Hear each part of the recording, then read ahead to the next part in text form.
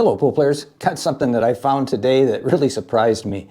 You know, these are some of the balls that I have. I've got, of course, the casino balls down there, both in the red and blue with yellow. And then I've got the Aramith, and these are all Aramith, by the way. Got the Aramith standard set. This is a fairly new set. I think I bought that about 2.5 years ago. And then I've got this old set of Aramith as well. And then I've got, of course, a measles ball. This is a Predator cue ball. It's got the triangles on it, little black triangles. Rempe cue ball, elephant ball. Don't know what this one's called, but it's a training ball basically. And that off-white ball is the cue ball for this old set. And the reason I bought this old set, by the way, is I wanted to test how throw would react, like on cut-induced throw or spin-induced throw. And so I have videos on that, and some of you may have seen those. But anyway, what I wanted to really show you here, which was really shocking to me, is I've always known that the cue balls can weigh different, but also object balls can weigh a lot different as well. And I want to talk about something, and that is buyer beware. Because my original set of casino balls, once again, these are both Aramith, right? Came in Aramith box and everything. One was on eBay, and one I think was through, I think it was pooldog.com. And let's just measure weight, because that's really what I want to show you here.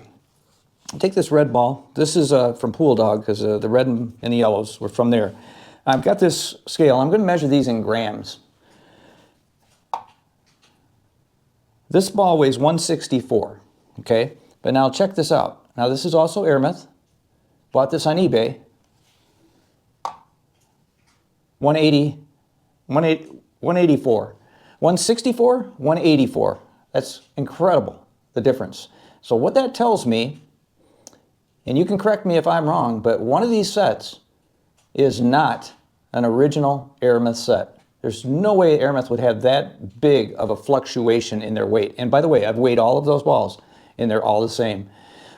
Take this 8 ball, for instance. Remember this one here was what? Let's take a look again. 184. Let's take a look at the 8 ball. I may not have the 8 ball in the right set here. Okay, at 165. Let's check this 8 ball. 184. So this 8 ball was in the wrong spot. You seeing what's happening here, you guys? Let me just tell you, if you don't think ball weight makes a difference, when you break a set of balls and they're heavy, they will not explode. Or if you use, like, let's say a light cue ball. Okay, let's look at that. So we've covered those, but now let's take a look at the cue balls. Now this measles ball right here is 172 grams. What is this Predator cue ball? 165. Lighter, very much lighter. Huge difference right there in those two cue balls. And I will tell you, you're going to know the difference when you're breaking a rack with heavy balls and a light cue ball. You guys weigh in and let me know what you know about this. Talked to a great player over on the east side of my state today, and he's got a ton of set of balls. I don't even know how, 50 or 60 sets, a lot. He's into collecting. And he gave me quite an education on cue balls as well as object balls today, which is really cool.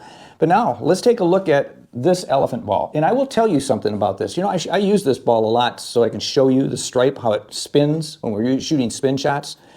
I ran into a shot. I told my friend over on the east side of the state today that I had a shot. I couldn't make the shot. I was trying to play finesse power and avoid contacting other balls that were in the way. I could make it all day long with this ball here, which is the Predator ball, but I could not make it with this ball. So why was that? Well, let's measure this Predator once again. I shoot with this primarily. I should be shooting with measles because that's actual weight. So the Predator weighs 165. I say actual weight, that's really the weight that it should be. I think that was what, 172. So now let's take a look at this. I don't want to get too complicated here, but let's take a look at this elephant ball. 157. 165. 172. This thing is so light, 157. It is the lightest ball I have. And I'll tell you, it's going to react differently.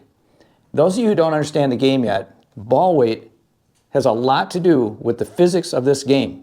Balls hitting other balls, spin, how it comes off the cushion after it hits a ball. Lots of things are going to happen here that are going to be quite different than what you're expecting.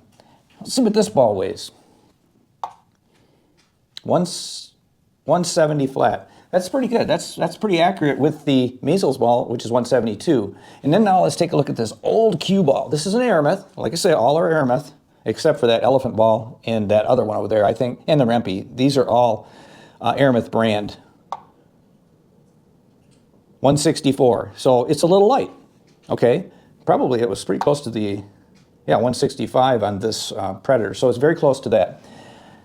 So what we have here is we have a wide array of weight. So it's changing. These are old, very old. I don't know when Aramith came out with their first ball, but it's an old set because the box, everything is just very, very old. I would say, not that it's that old, but in the 70s probably. Been in a bar, you can tell they're all yellowed. I did not clean them because I wanted them to be dirty for my my experiment with physics on these shots of the cut-induced throw and spin-induced throw. But they weigh different than the others, the newer ones. So in time, they must have changed something within their formula for their resin.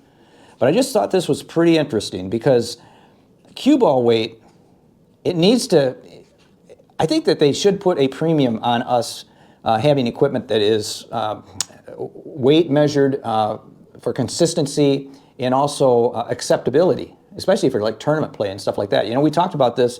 If you have a light cue ball, let's say, and you're breaking into heavy balls, my prediction is you're going to have not as big a spread, let's say on a 7-foot table especially. And if you don't have a very big spread, you're going to have a lot of clutter. And let's say it's a tournament and you're playing an 8-ball tournament. How much longer will it take to run that tournament than if you had a good set of balls that are going to explode when the rack is hit? In other words, they're going to open up. Okay, and the player can pretty much shoot a break shot hard or they can shoot it light.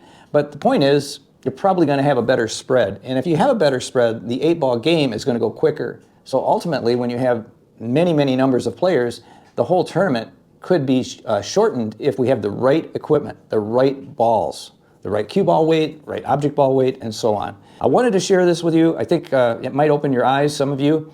You might want to pick up one of these little scales. I bought mine through Amazon. It's only like 30 bucks.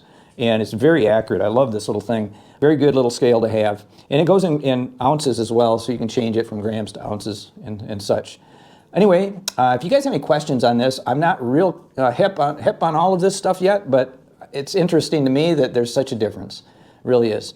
And also, if you like this tutorial, let's get back to pool. Let me show you another good tutorial that's going to help your game. Watch that one right there. And until next time, like I always say, keep on practicing.